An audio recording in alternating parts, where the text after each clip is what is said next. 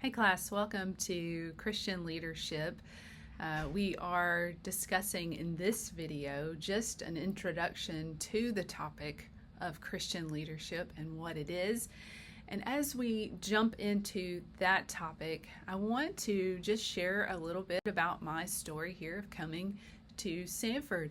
I previously served as an associate dean and a professor at Southeastern Seminary in Wake Forest, North Carolina, and served there for 6 years. And the Lord began to do some things in my life and my husband's life, which led us to discern a process of changing positions in ministry leadership. And that was to come here to Samford and to interview for a professor faculty position as assistant professor of Christian ministry. And one of the things that I did in the process of that interview was I wanted to consider what type of impact does Samford University have on its employees, both faculty and staff. And so one of the questions that I asked Dean Beaumont, he's the dean of the School of the Arts, I asked him, particularly in the interview question period where he said, "Hey, do you have any questions for me?" I asked him this question. I said, "What is the impact of Samford on you as a person?" So I was trying to get at how Samford as an institution maybe shaped him, formed him, and challenged him to be a better person, to be ultimately a better Christian. And then I also interviewed with the provost. And so something that I asked him was, who has shaped you as a leader? And what is your leadership philosophy? I shared those two questions, or those several questions that I was asking those two people, those two leaders here at Samford. I share those to convey to you that I was thinking about leadership in a certain way. I was thinking about it from the leader's impact on an institution, their leadership philosophy, who has shaped them so that then they shape others that they are leading, as well as overall how the institution helps them to flourish. So that's what I was trying to get at in those questions. And maybe that kind of informs you of how I think about leadership that we're going to unpack even more so today and over the course of this course or class. And so one of the things that we're doing is we are going to be reading through a book that helps us to think about healthy leadership for thriving organizations. We want to be leaders who are healthy spiritually so that whether you are called to lead in a church or a nonprofit or even in the marketplace, that you do so fundamentally as a Christian and that you lead in such a way that you are helping both the organization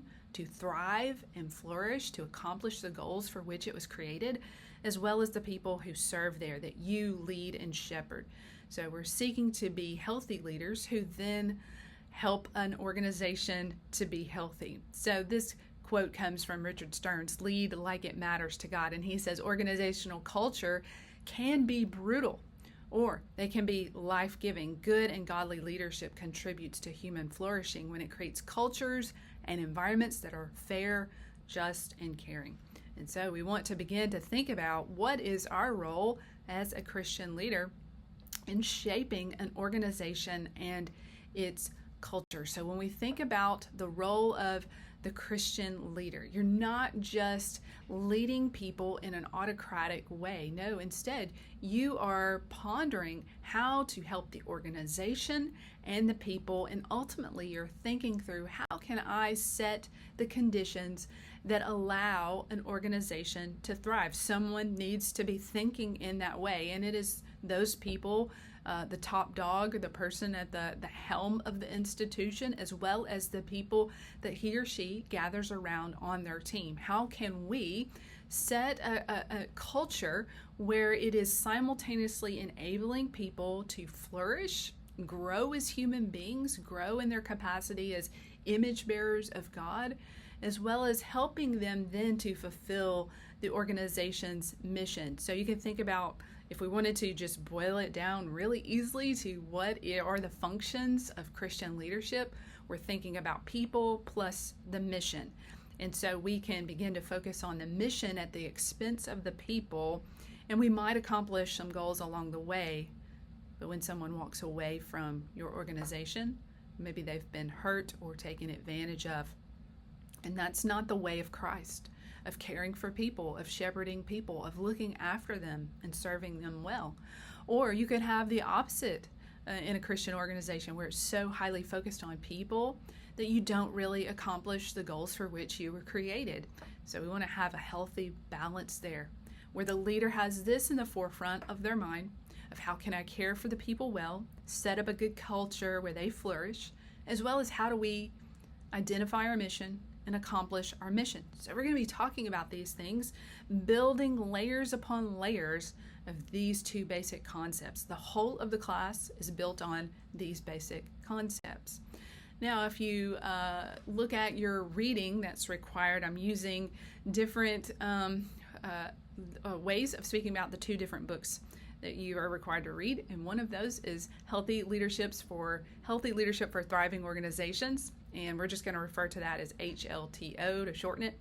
And so if you were to look at pages 1 through 9, you would see basically some answers to these questions. When we want to be good readers, right? We want to ask maybe, particularly when we're reading a textbook for a class, who is the book for? Who is it written for? What is the author's aim or purpose or thesis statement? What are some of the challenges that leaders face that the author identifies? So they begin to unpack some challenges. So I want you to be looking out for that.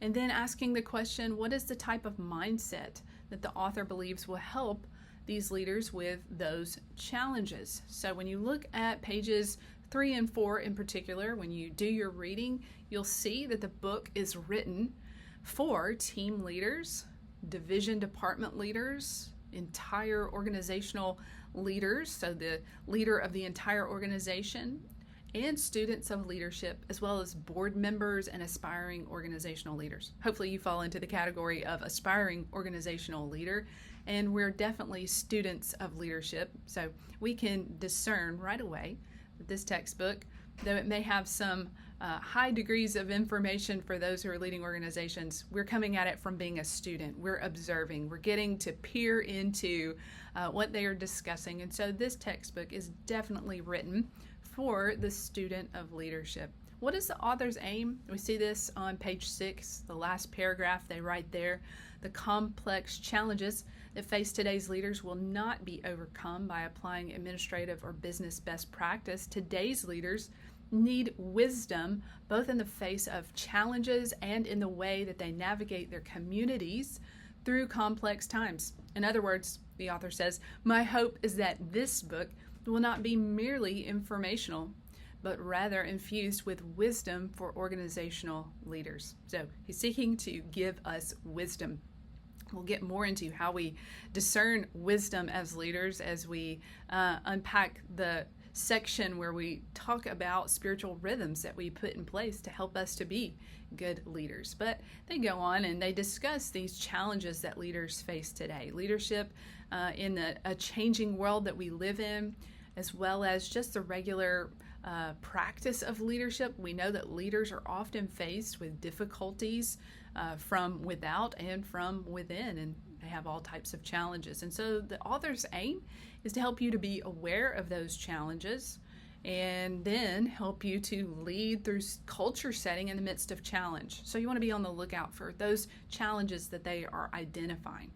And then consider what is the type of mindset that the author believes will help these leaders in the midst of challenges. And I think I can go ahead and point it out to you that he is putting forth that we have a mindset of humility and seeking wisdom.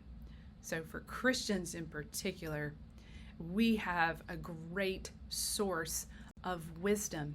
We have the Bible and a whole theology, a Christian theology that has been developed out of what, particularly here at Sanford, we're coming at it from a Protestant perspective. So we're going to think through a biblical and theological foundation for us as Christian leaders that then leads us to our next source of wisdom outside of the Bible and Christian theology. There are many different secular researchers and leaders who have compiled bodies of work. They've written journal articles as well as textbooks delving into what is leadership and who is a good leader. And so there are a lot of resources out there for us, and we'll consider some of the theoretical and research-based sources of wisdom to help us develop our own philosophy of leadership. We'll always do that, though, as Christians. So we'll think through these things that we derive from the secular world in the body of literature on leadership. We'll consider those things through the lens of, is this biblically true and faithful? And does this align with the Christian doctrine that I profess? And so we'll gather information, wisdom from them, but spit out the bad, take the good from the secular world.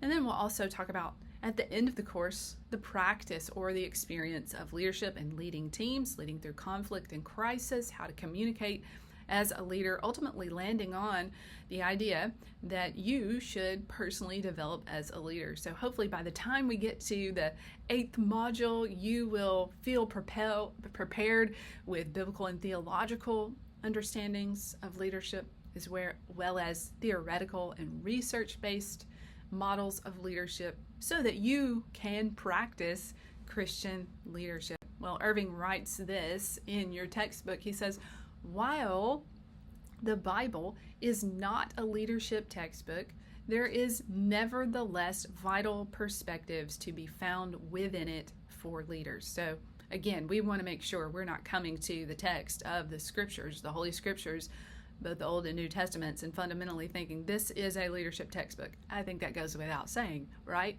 But we can come to the scriptures, both Old and New Testaments, and see certain leaders that God raised up and put in positions of leadership, and we can see what they did well and what they failed to do and draw upon that. And so we will look at that in the next video, considering what does the Bible teach us about leadership. So he goes on and he says this: first and more importantly, I will turn to biblical and theological sources in order to gain perspective for organizational leadership or leaders. So I want us to see that this is the author's paradigm, and this is the paradigm that I will be using in this class. So what is a paradigm? Maybe that's a word that you're unfamiliar with. A paradigm is a pattern or a model for something. So what is the foundational paradigm of this course?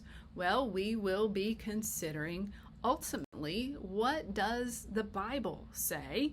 How does the Bible inform our leadership? And then we will also unpack and look at different theological topics as we go along the way. Those 3 theological topics, though there are many different doctrines that Christians consider, the most foundational doctrine for us is a consideration of who is God, who has He revealed Himself to be in the Holy Scriptures, and He has revealed Himself as Father, Son, and Spirit. So we believe in a triune God. We worship the Father through the atoning work of the Son and through the indwelling of the Holy Spirit. And so in that section, we'll take a look at what does it mean that we as Christians follow our leader who is triune, Father, Son, and Spirit.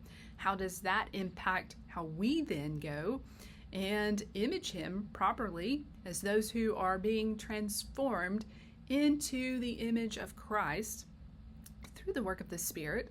How do we demonstrate and reflect our triune God in our leadership roles and capacities that He has given us, He has assigned to us, and blessed us with?